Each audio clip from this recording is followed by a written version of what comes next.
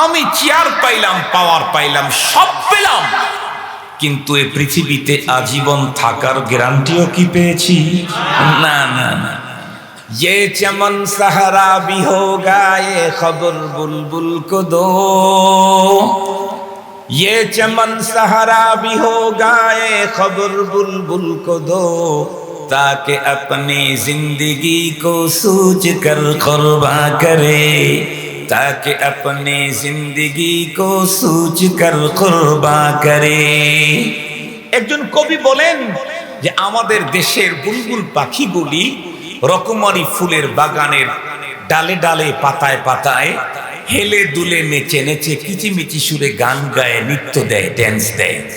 ওই বুলবুল পাখিকে একটা মেসেজ পৌঁছাও, এই বুলবুল, তুমি যে এই রকমারি ফুলের বাগানের ডালে ডালে পাতায় পাতায় অতি আনন্দে মেতে উঠে নেচে হেলে দুলে কিচিমিচি সুরে গান গাচ্ছ, তুমি কি জানো এ বাগান সারা জীবন থাকে না, কোনো একদিন কি হয়ে যাবে? বিরান হয়ে যাবে। বাগান যদি বিরান হয়, তুমি তো সেই বাগানের এক পাখি, তোমার অস্তিত্ব কোথায়? সঙ্গত কারণে পৃথিবীতে আমার যত বড় পদ পদবী মর্যাদাই হোক, এটা আমি প্রকৃত সফল না। এক নাম্বার হলো এই পদ পদবী চিরস্থায়ী না। দুই নাম্বার, না হয় মেনেই নিলাম আমি যতদিন পদ আছে ততদিন, কিন্তু আমি কতদিন? কথা বলেন না কেন? আমি কতদিন? এই জন্য প্রকৃত সফল হলো ওই ব্যক্তি, যেই ব্যক্তি পরপারে জাহান্নাম থেকে মুক্তি পেয়ে জান্নাতে ঢুকে যাবে, সেই হলো প্রকৃত সফল। কেন? তার জীবনের আর কোনোদিন সমাপ্তি হবে না, দুঃখ কোনোদিন তাকে টাচ করতে পারবে না, তার মর্যাদার এক চুল পরিমাণ কোনোদিন ঘাটতি হবে না, জীবনে কোনোদিন টেনশন তাকে সইতে পারবে না। আপনারা বাদাল মাগরিব থেকে বাংলাদেশের একজন খ্যাতিমান আলেমে দ্বীন আল্লামা ইয়াহইয়া মাহমুদ সাহেব হুজুর হাফিজাহুল্লাহর জবানে গুরুত্বপূর্ণ দ্বীনি আলোচনা শুনেছেন। আমার পরে বাংলাদেশে সুলতানুল ওয়াইজিন খ্যাত আমার অত্যন্ত কাছের মানুষ আল্লামা খালিদ সাইফুল্লাহ আইয়ুবী হাফিজাহুল্লাহর বয়ান শুনবেন। আম্মা বা'দু ফাআউযু বিল্লাহি মিনাশ শাইতানির রাজীম। বিসমিল্লাহির রহমানির রহিম।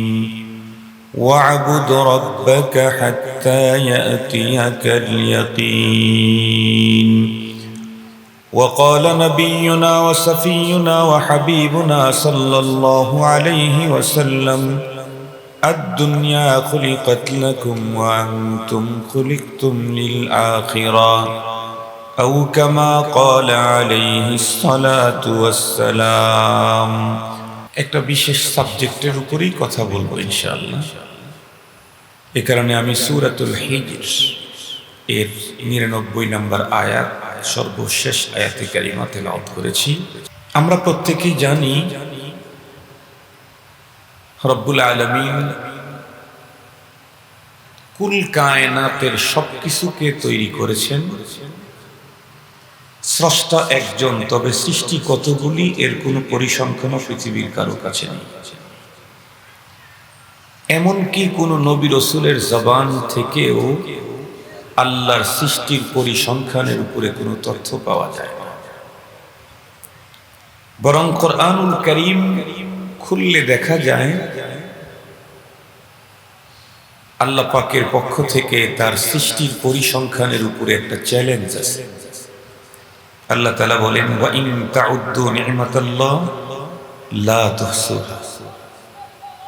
তোমরা যদি আল্লাহর নেয়ামত, আল্লাহর সৃষ্টি, আল্লাহ তাআলার প্রোডাক্ট, এগুলো যদি গুনতে চাও, জীবনে কোনোদিন গুণে শেষ করতে পারবে।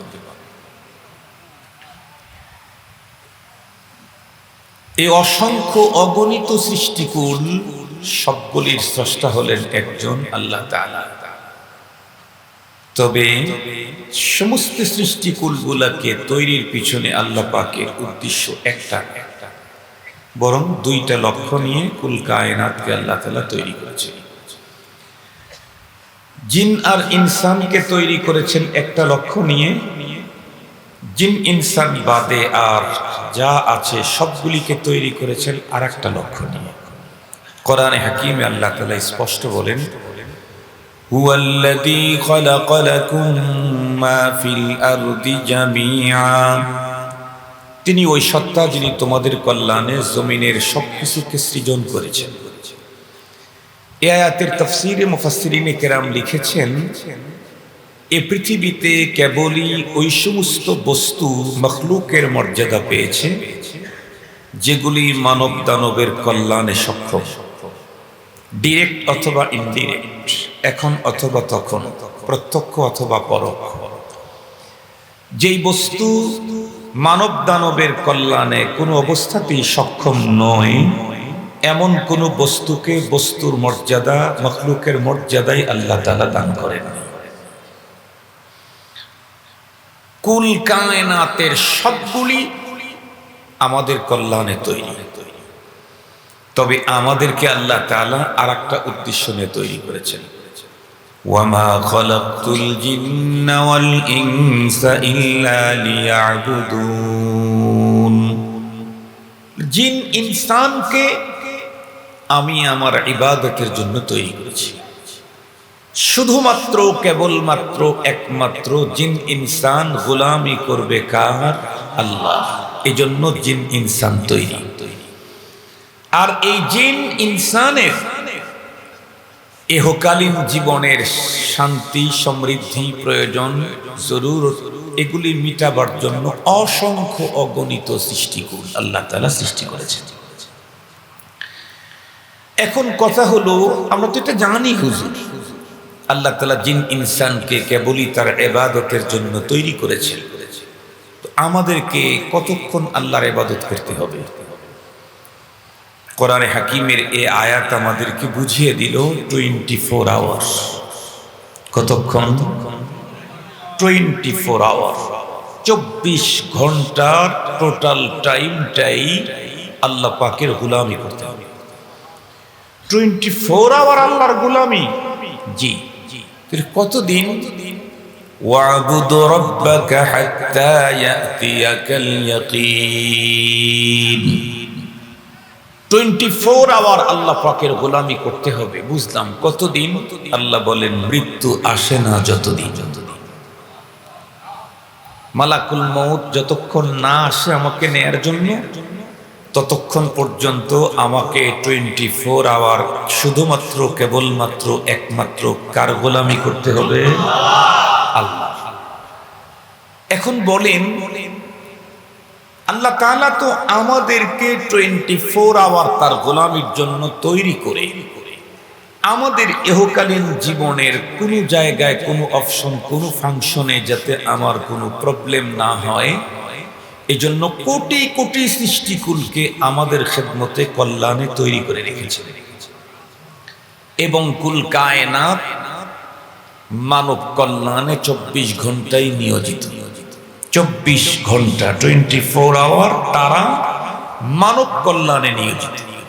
তো আমাকে তো 24 আওয়ার আল্লাহ পাকের গোলামির জন্য তৈরি করা হয়েছে। আমি 24 ঘন্টার কতটুকুন টাইম আল্লাহর গোলামি করি?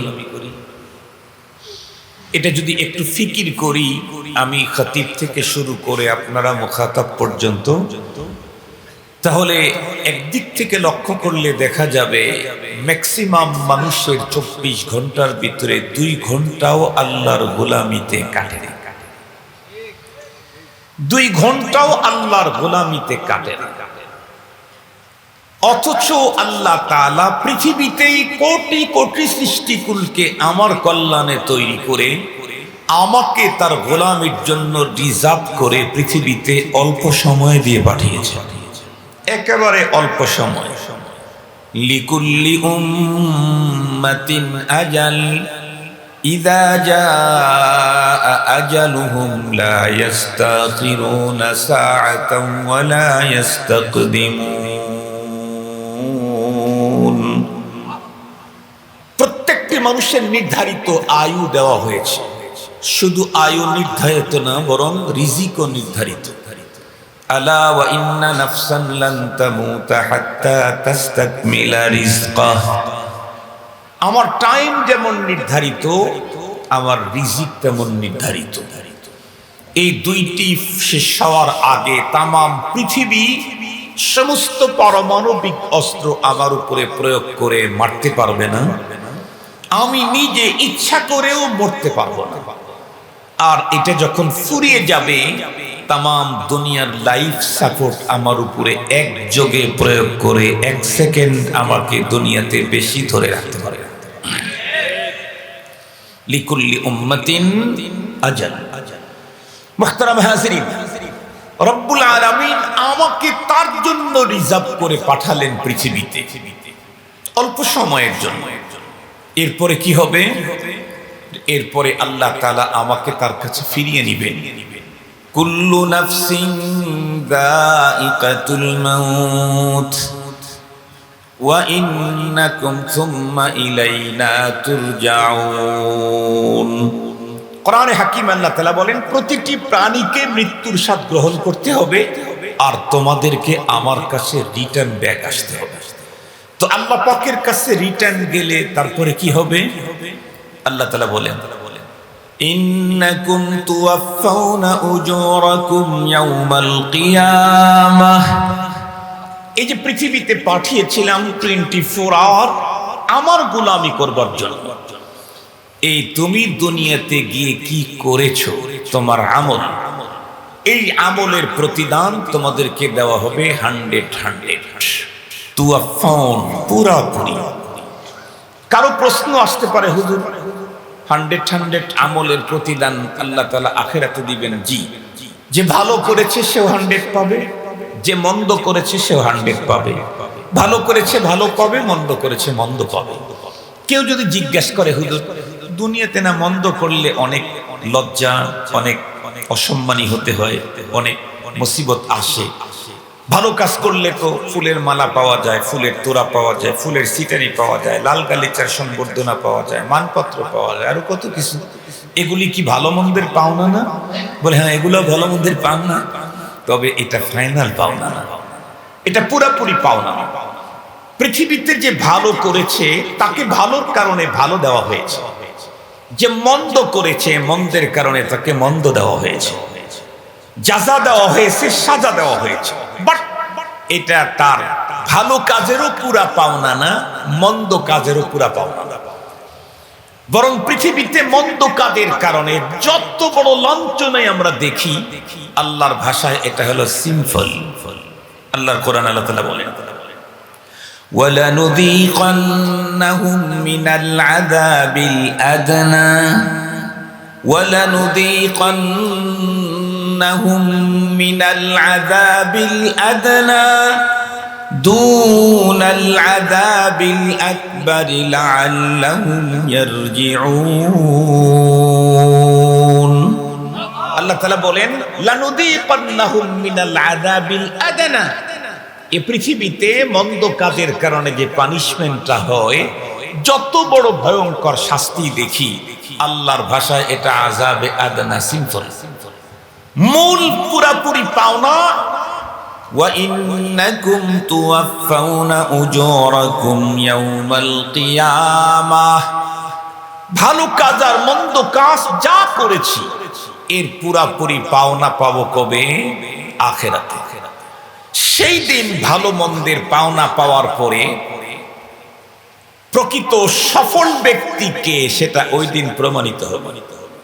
আল্লাহ বলেন, ফামান যুহজিহা আনিন নারি ওয়া উদখিলাল জান্নাতা ফাকাদ ফাজ।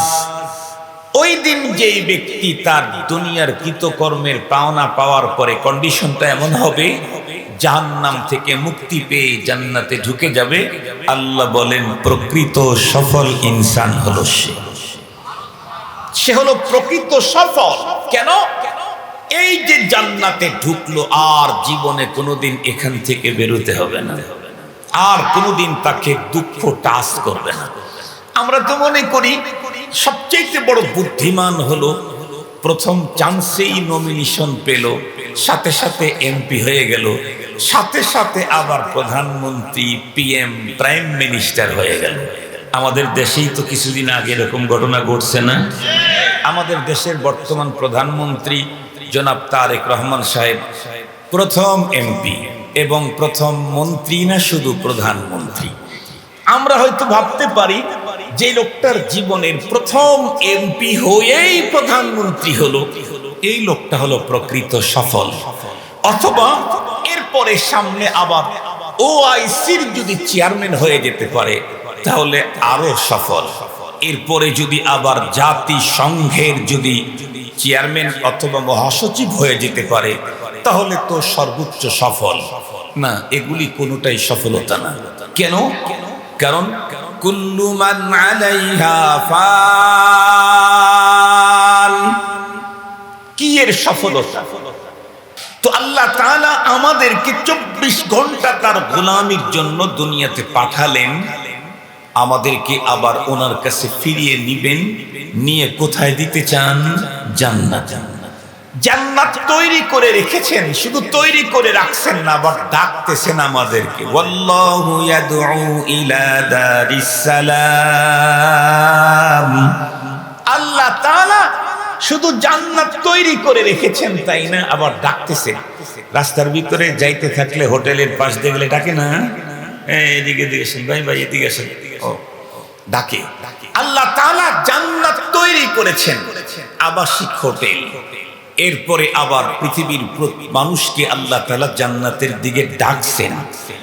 উনি একাই ডাকছেন না, স্পেশালি হাত ধরে ধরে জান্নাতের পথ দেখাবার জন্য নবী রাসূল পৃথিবীতে প্রেরণ উনি করেছেন। কথা বলেন, কে করেছেন? আল্লাহ, যে আমাকে হাত ধরে ধরে জান্নাতের পথের দিকে নিয়ে যাবে। মুহতারাম হাজিরিন, আমাদের জন্য আল্লাহ তাআলা তৈরি করে রেখেছেন জান্নাত। কেমন জান্নাত? হযরতে মূসা আলাইহিস সালামের এক হাদিস, এক বর্ণনায় মূসা আলাইহিস সালাম আল্লাহ পাক রব্বুল আলামিনকে জিজ্ঞেস করেছিলেন। এই হাদিসটা হলো মুসালসালাতের মধ্যে আছে।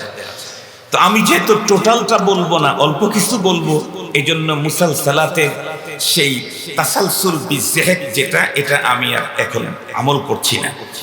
আল্লাহ তাআলাকে জিজ্ঞাসা করেছিলেন হযরতে মূসা আলাইহিস সালাম, আয় আল্লাহ, আপনি আমাদের জন্য জান্নাত তৈরি করেছেন বলে, তো আমি একটু জানতে চাই সবচেয়ে স্ট্যান্ডার্ড জান্নাতটা কেমন আর সবচেয়ে নিম্নমানের জান্নাতটা কেমন, এই দুইটা আমি একটু জানতে চাই। কারণ এই দুইটা জানতে পারলে মাঝখানকারটা অনুমান করাটা একেবারে সহজ। তো লম্বা হাদিস। আল্লাহ তাআলা হযরতে মূসা আলাইহিস সালামকে বললেন, সবচেয়ে উন্নত মানের জান্নাতের কথা আমার জিজ্ঞেস করতেছো? শোনো, একটা কথা বললেই তুমি ফাইনাল বুঝতে পারবা। সবচেয়ে উন্নত মানের জান্নাত যেটা, এটা আমি কোনো ফেরেশতাদেরকে দিয়ে বানাই নাই, ওইটা আমি নিজ হাতে ওই জান্নাত তৈরি করেছি। ইন্টেরিয়রটা আমি নিজে সাজাইছি, ভিতরের ডেকোরেশনটা আমি নিজ হাতে করেছি। এবং শুধুমাত্র নিজ হাতে করেছি তাই না, আ'আদতু লিইবাদিয়াস সালিহিন মা লা আইনুন রাআত ওয়ালা উযুনুন সামিআত ওয়ালা খাতারা আলা কলবি বাশার। আমি যে ইন্টেরিয়র করেছি, সাজিয়েছি, আমি যে ডেকোরেশন করেছি, এটা কিয়ামত পর্যন্ত পৃথিবীতে এখন 5 স্টার 7 স্টার মার্কের হোটেল আছে, কিয়ামতের আগে হয়তোবা 100 স্টার মার্কের হবে, 1000 স্টার মার্কের হোটেল হবে। আল্লাহ তাআলা বলেন, কিয়ামত পর্যন্ত কোনো মানুষের কল্পনাতে ওই জাতীয় ইন্টেরিয়র কোনোদিন আসতেই পারে না, সেটা আমি করে রেখেছি। এর চাইতে আরো মজার কথা হলো, আল্লাহ তাআলা বলেন, এটা যে আমি সাজাইছি আর বানাইছি, বানানোর পরে এটা আমি আমার পদস্থ ফেরেশতাদেরকেও এক নজর দেখতে দেই নাই, তৈরি করে মুকাফফাল করেছি, ইনটেক সিলগালা লাগায় রাখছি। কেন? যে বান্দা 24 ঘন্টা 24 আওয়ার আমার গোলামি করবে, তাকে আমি ইনটেক জিনিস তার হাতে হস্তান্তর করতে চাই।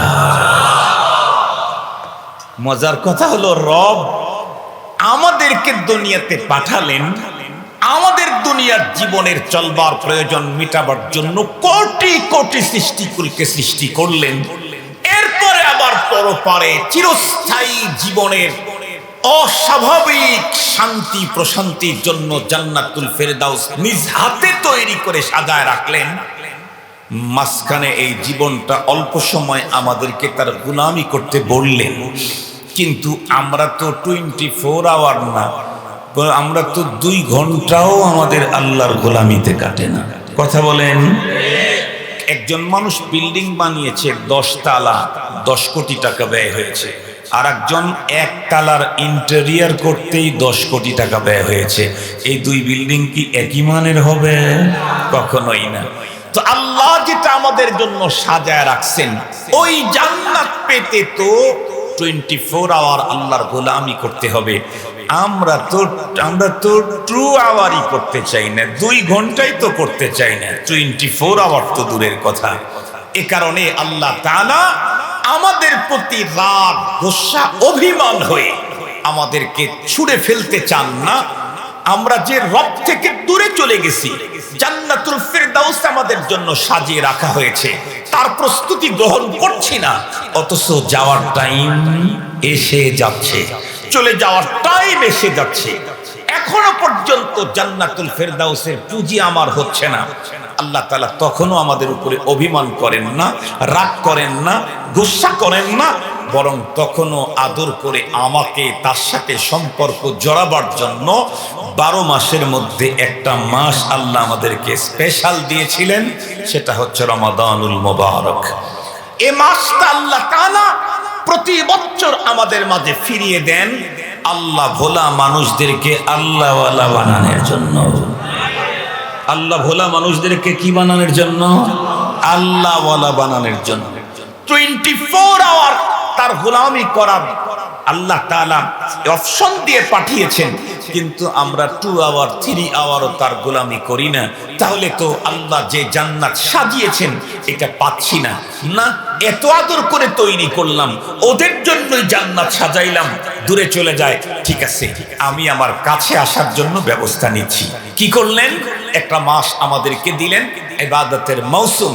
এই মাসে এমন এমন অফার দিলেন, যেই অফারের প্রতি আকৃষ্ট হয়ে আমরা রমজানের 2 মাস আগ থেকেই নবীজির সুন্নতের অনুকরণে আল্লাহর কাছে আবেদন জমা দিয়েছিলাম, আল্লাহুম্মা বারিক লানা ফি রজবা ওয়া শাবান ওয়া বাল্লিগনা রমাদান। কেন? কারণ রমাদানে এমন এমন অফার আছে যা সারা বছর আর নাই।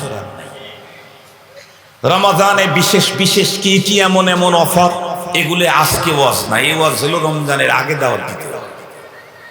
আপনারা দাওয়াত দিয়েছেন হলো রমজানের পরে। এখন ওয়াজ করলে তো আগামী রমজান আসতে আসতে সব ভুলে যাবে, তাহলে ওয়াজ করা না করা সব সমান। রমজানের আগে আগে দাওয়াত দিবে। রমজানে আল্লাহ প্রদত্ত অফার কি কি আছে এগুলি আপনাদের খেদমতে বললে রমজানের প্রতি আগ্রহ আগের চাইতে 3 গুণে বেশি বেড়ে যাবে। এই কারণেই রাসূল করিম সাল্লাল্লাহু আলাইহি ওয়াসাল্লাম সাহাবীদেরকে নিয়ে রমজানের শাবানের শেষ তারিখে সাহাবীদেরকে নিয়ে লম্বা ওয়াজ করেছিলেন। সালমান ফারসি রাদিয়াল্লাহু তাআলা এর বর্ণনা, খাতাবানা রাসূলুল্লাহ সাল্লাল্লাহু আলাইহি ওয়াসাল্লাম ফি আখির ইয়াউমিন মিন শাবান ফাকালা ইয়া আইয়ুহান নাস ক্বাদ আদাল্লাকুম শাহরুন আযীম। প্রথম শব্দই কি? প্রথম শব্দই কি? আমি শুধু অল্প কিছু বলবো। আমরা জানি আল্লাহ তাআলা রমজান উপলক্ষে আমাদেরকে স্পেশালি 4 রকমের ইবাদত দিয়েছিলেন। এই 4 ইবাদত শুধু রমজানেই পাওয়া যায়, সারা বছর সারা দুনিয়া খুঁজে আর পাওয়া যাবে না। তার মধ্যে একটা হলো সিয়াম, বলেন একটা কি? আর একটা হলো কিয়াম, বলেন আর একটা কি? আর একটা হলো ইতিকাফ, বলেন আর একটা কি? আর একটা হলো লাইলাতুল কদর, কথা বলেন আর একটা কি? আপনারা বলেন। এই 4 ইবাদত তাম পৃথিবী খুঁজে এখন কোনো এক জায়গায় গিয়ে কি পাবেন? সাওমে রমাদান কি পাবেন? রমজান চলে গেছে, সাওমে রমজান থাকে কেমন? কিয়াম পাবেন, কিয়াম মানে দাঁড়ায়া দরুদ শরীফ পড়া না। আমাদের দেশে আবার দাঁড়ায়া দরুদ শরীফ পড়া কেউ কিয়াম বলে। হাদিসের ভাষায় নবীজি যেই কিয়াম বলছেন, এই কিয়াম দাঁড়ায়া দরুদ শরীফ পড়ার তরজমা। এই কিয়াম মানে হলো সালাতুত তারাবি। কিয়াম মানে কি? কথা বলেন। সালাতুত তারাবি।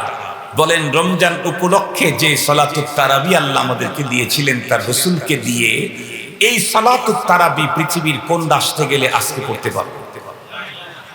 এই সুযোগটা আর নাই। আরো একটা দিয়েছিলেন ইতিকাফ। বলেন তো দেখি, নফল ইতিকাফ তো প্রতিদিন প্রতি মুহূর্ত যে কোনো মসজিদেই হতে পারে, পাঞ্জেগানা মসজিদের ভিতরে হতে পারে, কিন্তু বলুন ওই ইতিকাফ যেটা রমজানের শেষ দশকে, এটা সারা দুনিয়াতে আর খুঁজে রমজান ছাড়া পাওয়া কি সম্ভব? আর একটা ছিল লাইলাতুল কদর। লাইলাতুল কদরি খায়রুম মিন আলফি শাহর। কি